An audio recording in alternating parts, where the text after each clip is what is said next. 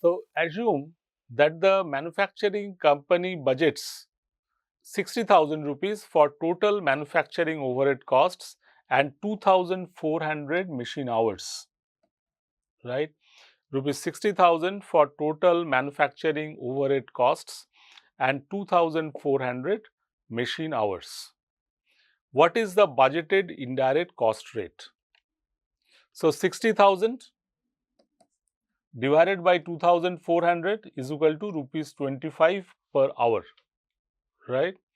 So, 60,000 divided by 2,400 is equal to rupees 25 per hour. This is my budgeted indirect cost rate, okay? And how much indirect cost was allocated to job 650? So, that I need to find out. So, 500 machine hours into rupees 25 is equal to 12,500. So, this is my machine hour, right? So, this is my allocation of overhead, right? So, I calculated the hourly rate. This is 25. I have, and it is already given earlier that 500 machine hours are are used for this job, right? And this 60,000, remember, this is not actual cost, but this is the budgeted cost. Fine, okay. Now, what is the cost of job 650 under normal costing, right? So, how we will calculate? We have already discussed that what we will do, we will take 50,000 direct material plus direct labor 19,000, and then I will add the factory overhead. The factory overhead, you see, it is on the basis of budget, it is 12,500, right? So, this 12,500 I am putting here. So, if I add it, then I am getting the total 81,500, right? So, this is my cost, total cost. Now, for tracking the flow of costs in a job costing system, we can follow the transactions, right? So, once we are incurring, right, incurring the costs, I need to track that, because I need to see that it should not go beyond the certain limit, because the quotation for the job is already been issued, right, and accepted, right. If the cost becomes more than the quotation which is provided, then company may incur loss, right. So, for transaction I need to record. How I can record, right? So, what are the major transaction? First one is purchase of materials and other manufacturing inputs, then conversion into work in process inventory, conversion into finished goods inventory, right, and then the sale of finished goods. So, these are the transactions I need to record and it's happening. So, first is when the job is starting, right, when the job is starting. So, 80,000 worth of materials, direct and indirect, were purchased on credit, right.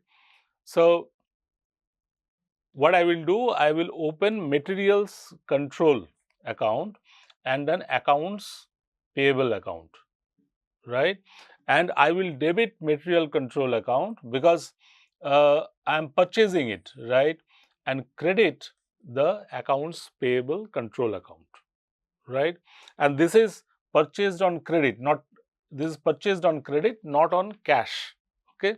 So, accounts payable control account will be credited, right, and materials control account will be debited.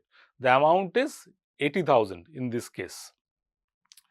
Materials costing 75,000 were sent to manufacturing plant 4. So, it came to store, then it is sent to the manufacturing plant store, right. So, and out of that 50,000 were issued to job number 650 and 10,000 to job 651, right, and 15,000 of indirect materials were issued, right. So, if you make the total 50,000 plus 10,000 plus 15,000, total is 75,000. Okay. What is the journal entry? So, how I will record in the books, right? So, I will put work in progress control because it is not finished. So, I will put 50,000 under job 650 and 10,000 in job 651. The factory overhead control, because 15,000 is indirect material, this I will put under factory overhead control, right? And I will credit materials control for 75,000. So I will debit job number 651 with 50,000, job number job number 650. I will debit job number 650 with 50,000 rupees, job number 651 with 10,000 rupees, and factory overhead control by 15,000 rupees, and I will credit materials control by 75,000 rupees. So in a ledger it will look like this. So material control, right, 80,000 debit, 75,000 credit, right. In work in progress it will be 60,000. Job 650, I transferred 50,000 rupees, and manufacturing overhead, right, it will be I am debited 15,000 rupees, right. So this is the flow, right, out of 2 lakh, out of 75,000. So this is the flow. Out of 75,000, 60,000 is getting debited to work in process, and 15,000 in manufacturing overhead, right. And in job 650 it will be, and in job 650 it will be 50,000 debited, right. Okay. Now, total manufacturing payroll for the period was 27,000 rupees, right, and job number 650 incurred direct labor costs of, total manufacturing payroll for the period was rupees 27,000, and job number 650 incurred direct labor cost of 19,000, and job number 651 incurred direct labor cost of 3,000, right. Rupees 5,000 of indirect labor was also incurred. So this is my indirect labor cost, right. So these are my costs. So total manufacturing payroll is 27,000, right. So out of that 650, direct labor cost is 19,000. For job 651, it is 3,000, and 5,000 is the indirect labor cost.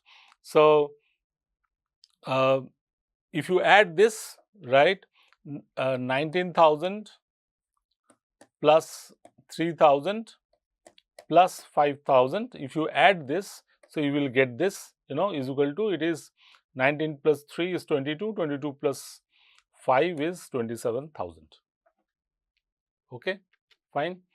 What is the journal entry, right? So work in process control, so journal entry will be like this. So job number 650, 19,000, 651, 3,000, manufacturing overhead control 5,000, and wages payable is 27,000, right? So 19 plus 3 plus 5 is 27, right? So wages payable control is 27,000 credit. Work in progress, you remember 60,000 we debited. Now, so I can write like this: wages payable control 27,000, right? Work in process control 60,000 and 22,000, and job 650. Now 50,000 we debited earlier. Now I am debiting another 19,000, and overhead control I have debited 15,000 earlier. Now I am debiting 5,000 again, right? Okay. So wages payable were paid. So then what I did, I paid the wages. So once I paid the wages, I will pass this entry: wages payable account control debit 27,000 to cash control, right? So cash will be credited with 27,000. So in the ledger form, I can write like this. So 27,000 I am debiting now here, right, and crediting the cash control. This was made earlier. If you remember, this was already credited here. Fine. Okay. Assume that the depreciation for the period is 26,000. Assume that the depreciation for the period is 26,000. Other manufacturing overhead amounts to 19,100. What is the journal entry? Right. So, manufacturing overhead control is 45,100. Accumulated depreciation control 26,000. Various accounts 19,100. What is the balance of the manufacturing overhead control account? What is the balance of the manufacturing overhead control account? Right. So, I can record the manufacturing overhead control account and calculate the balance like this. So, rupees 62,000 of the overhead was allocated to various jobs, of which 12,500 went to 650. This we have already calculated. If you remember, this 12,500 we calculated on the basis of the machine hour, right. So, work in progress control debit 62,000 to manufacturing overhead control rupees 62,000. Fine. What are the balances of control accounts? So, I can write like this. So, manufacturing overhead control, we already debited 15,000, 5,000 and 45,100 and 62,000 if I credit, then balance I am getting 3,100. And in work in progress account, the total now it is coming 60,000, 22,000 plus 62,000. So, balance is 1,44,000, right. So, now the cost of job 650, it looks like this, 50,000, sorry. Now, the cost, okay, now the cost of job 50, it is, we can calculate it through the account, right. It is 50,000 plus 19,000 plus 12,500. So, if we add, it is 81,500, right.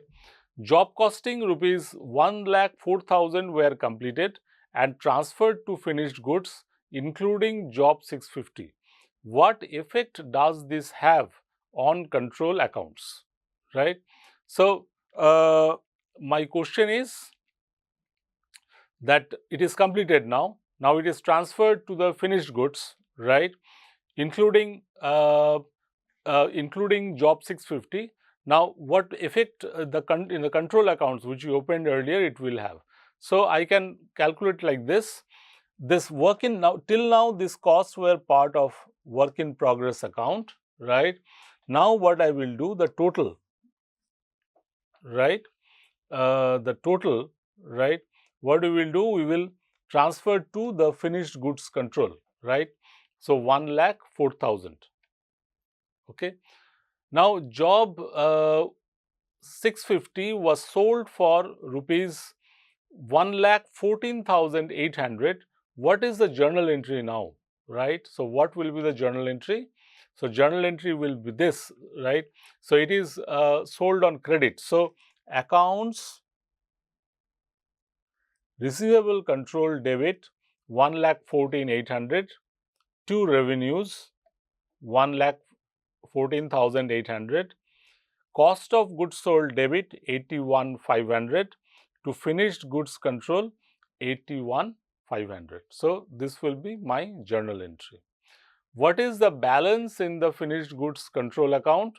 The balance will be this: 1,04,000 minus 81,500 is equal to 22,500, right. So, this is the balance in the finished goods control account.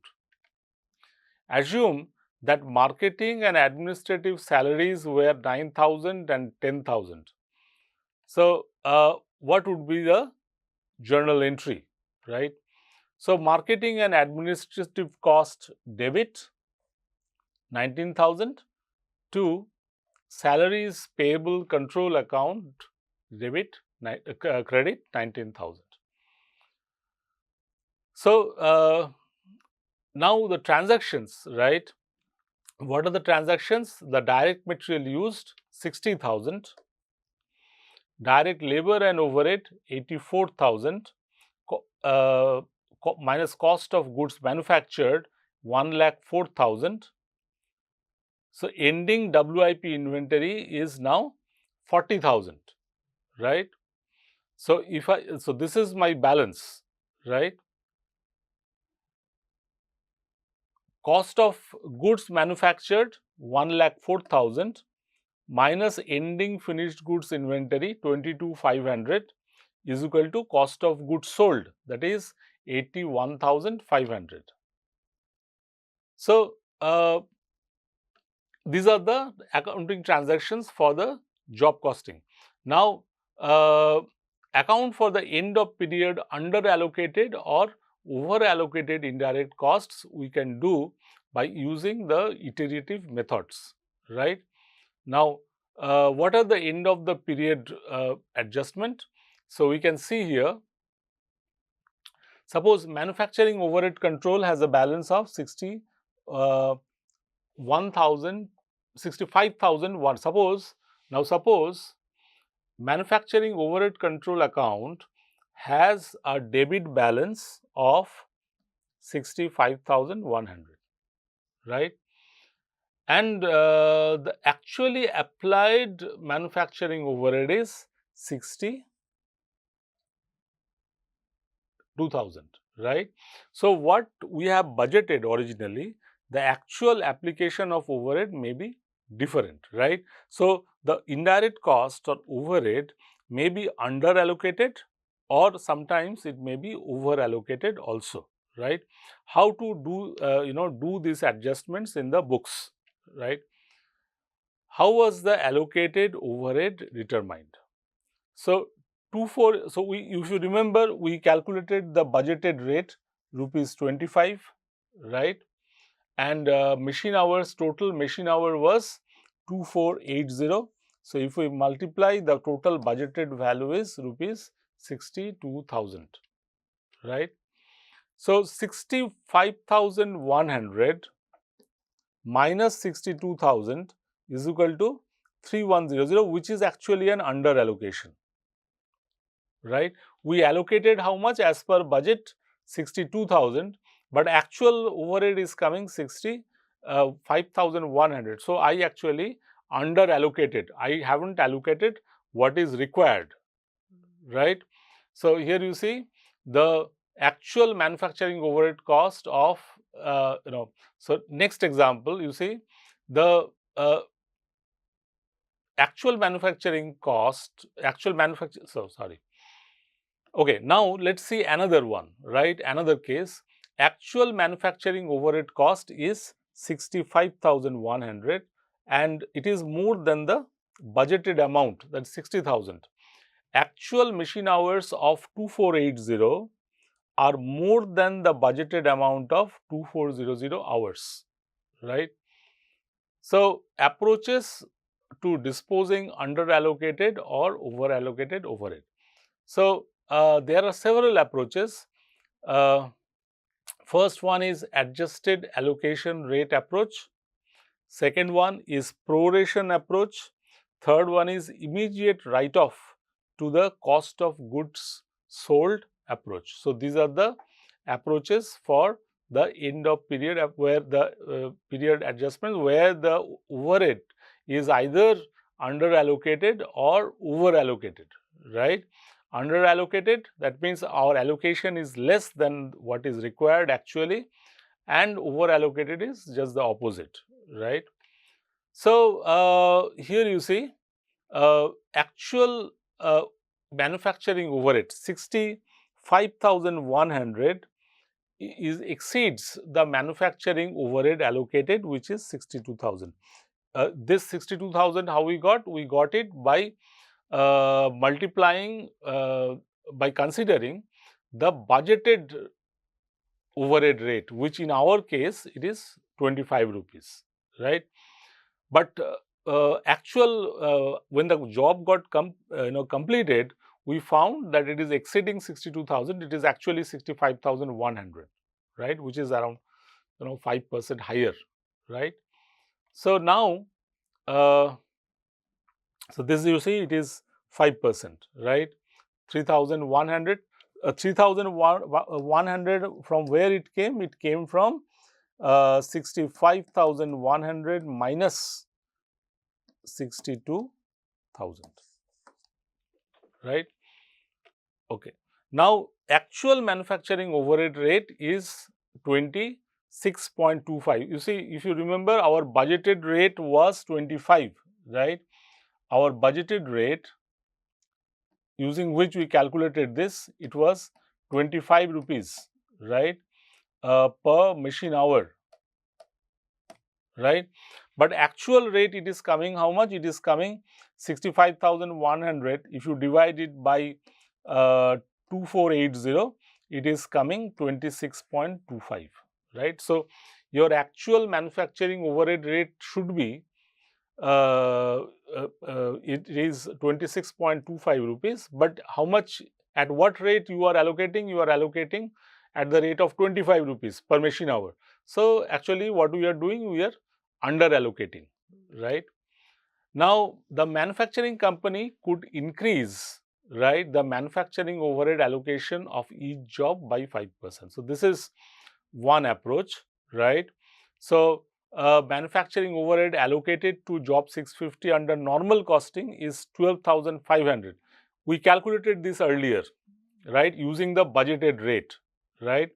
Now, what I can do, I can add 5% to it, right? So, that means add 625, right? And if I add 12,500 plus 625, it is coming to 13,125, which equals actual manufacturing overhead, right?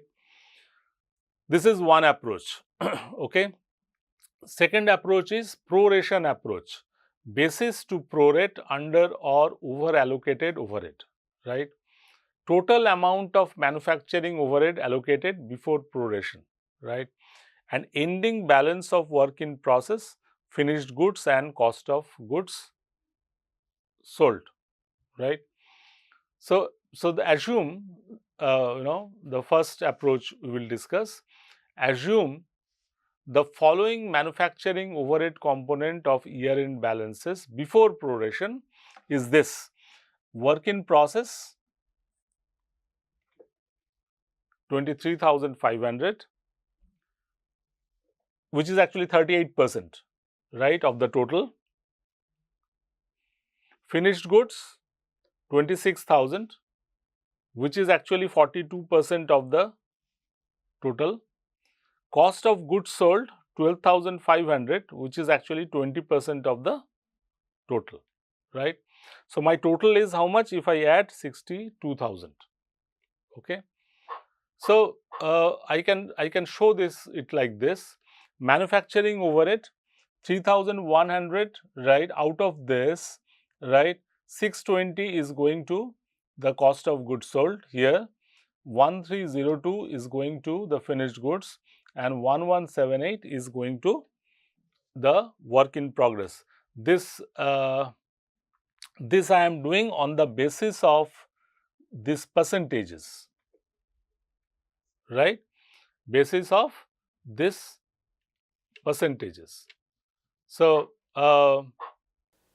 see the 620, for example, it is 20% of 3100. So, 3100 into 20%, it comes to 620. Here you see the weight of cost of goods sold is 20%. So, that is the process, okay, right. Proration approach B, right. So, ending balances of work in process, finished goods and cost of goods sold. So, work in progress, here you see work in progress is 40,000, finished goods the finished good is 22,500 and cost of goods sold is 81,500. Here you see the percentages are changing. The work in process is 28%, sorry. Here you see the work in process is now 28%, the finished goods is 16% of the total, and cost of goods sold is 56% of the total. So, total is coming to 100%, right. So, the initial one, the previous one, you see, we did it on the